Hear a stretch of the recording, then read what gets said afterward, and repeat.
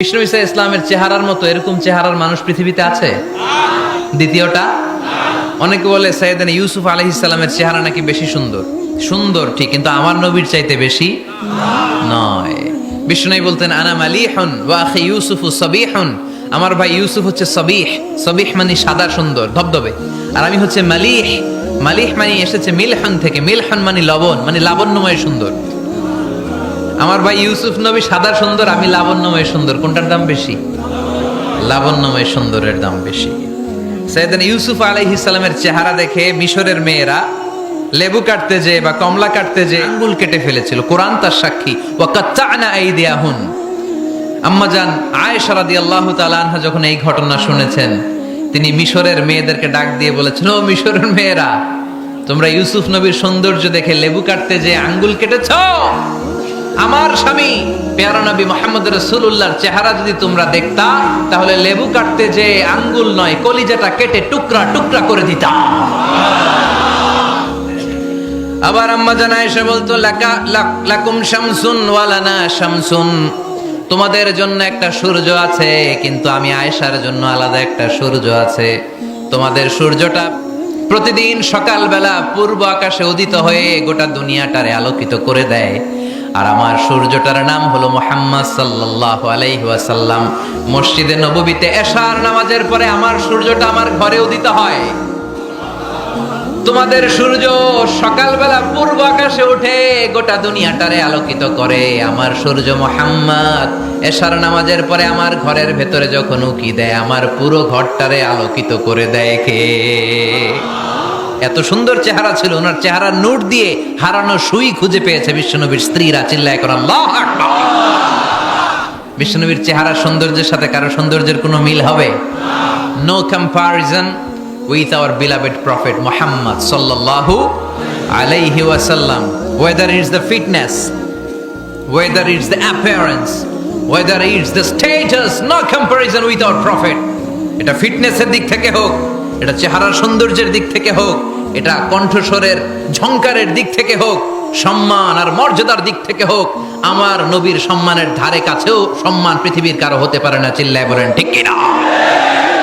এজন্য আল্লাহ বললেন, ওয়া রাফা'না লাকা যিকরাক, নবী আপনার সম্মান বাড়াতে বাড়াতে আমি আকাশচুম্বী করেছি। লোকজন সব যে বিশ্বনবীর দরবারে লাইন ধরেছে, হাজিরা সব বিশ্বনবীর কাছে যে চেহারা দেখেই কুপোকা কি জিনিস তো পরে। অনেকে আছে না, চেহারা দেখলেই মানুষ পাগল হয়ে যায়, আছে না নাই? চেহারা দেখেই পাগল, চেহারা দেখেই পাগল। তারপর তারা মিলাতে লাগলো। মিনার তাবুতে আবু জাহেলের কর্মীরা ঘোষণা দিয়েছিল, এলাকায় মুহাম্মদ নামে পাগল এসেছে। তারা মিলায়ে দেখে না, এই মহামানব কোনোদিন পাগল হতে পারে না, কারণ পাগলের চুলগুলো থাকে উস্কো খুস্কো। ঠিক কিনা? আমার নবী সাল্লাল্লাহু আলাইহি ইসলামের চুল উস্কো খুস্কো ছিল?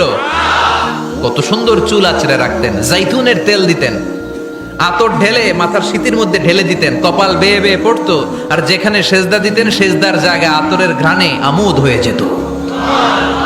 হাতের তালুতে পারফিউম মাখতেন, আর মানুষের সাথে মুসাফা করলে যার সাথে মুসাফা তার হাতের সাথে নবীর ব্যবহৃত পারফিউমের ঘ্রাণ ছুটে যেত। এত পরিচ্ছন্ন ছিলেন তারা। বিশ্বনবীর চেহারার সাথে আবু জাহেলের বক্তব্যের মিল খুঁজে পায় না। তারা বলে, না, এই লোক কখনো পাগল হতে পারে না। পাগলের চুল থাকে উস্কো খুস্কো, জামা থাকে ছিঁড়া ফাড়া, গায়ের মধ্যে থাকে ময়লা। পাগল কখনো দাঁত মাজে না, কিন্তু বিশ্বনবীর মুচকি হাসির ফাঁক দিয়ে দাঁতের দিকে তাকালে মানুষগুলো সব পাগল হয়ে যায়। স্মাইল দিতেন বিশ্বনবী, স্মাইল, মুচকি হাসি, তাবাসসুম। বিশ্বনবীর মুচকি হাসি দেখলে মানুষ পাগল হয়ে যেত, পাগল পাড়া হয়ে যেত। তারা বলে, না না, এ মহামানব তো কখনো পাগল হতে পারে না। আবার মিলাতে লাগলো। আবু জাহেলের কর্মীরা বলেছিল এটা নাকি বড় জাদুকর, কিন্তু তারা বলে, না না, এই অসাধারণ লোকটা জাদুকরও হতে পারে না, সে তো কোনো মন্ত্র পড়ে না। জাদু করার জন্য মন্ত্র পড়ার দরকার আছে না নাই? বিষ্ণুনবী কি মন্ত্র পড়তো? বিষ্ণুনবী কি পড়ে শোনাতো? চিল্লায় বলেন, কি পড়ে শোনাতো? কোরআন শোনাতো। এত সুন্দর কণ্ঠ ছিল বিশ্বনবীর, পাগল হয়ে যেত মানুষ শুনতে শুনতে, পাগল পাড়া হয়ে যেত, বিমুগ্ধ হয়ে যেত। তারা সবাই বলতে আরম্ভ করলো, আবু জাহেল তুমি মিথ্যাবাদী, তবে তোমাকে ধন্যবাদ এরকম একটা মানুষের সাথে পরিচয় করিয়ে দেওয়ার জন্য। সুবহানাল্লাহ কইলেন না? আমরা মেনে নিতে পারলাম না সে পাগল নয়, জাদুকর নয়, সে হলো এই জামানার পয়গাম্বার। আমরা পড়ে নিলাম লা ইলাহা ইল্লাল্লাহু মুহাম্মাদুর রাসূলুল্লাহ সাল্লাল্লাহু আলাইহি ওয়াসাল্লাম। নবী হে, এই গোটা বিশ্বের ভেতরে সূর্য উঠবে, সূর্য ডুববে, শীত যে গ্রীষ্ম আসবে, দিন যে রাত আসবে, এক মুহূর্তের জন্য আপনার নামের আলোচনা থামবে না। চিল্লায় বলো ঠিক কিনা? রাফা'না লাকা যিকরাক, I have dignified your status very high, very high। অনেক উপরে নিয়েছি, আকাশ বাতাস ছাপিয়ে, সাত আকাশ কাঁপিয়ে আরশ পর্যন্ত আমি আপনার মর্যাদাকে বুলন্দ করেছি।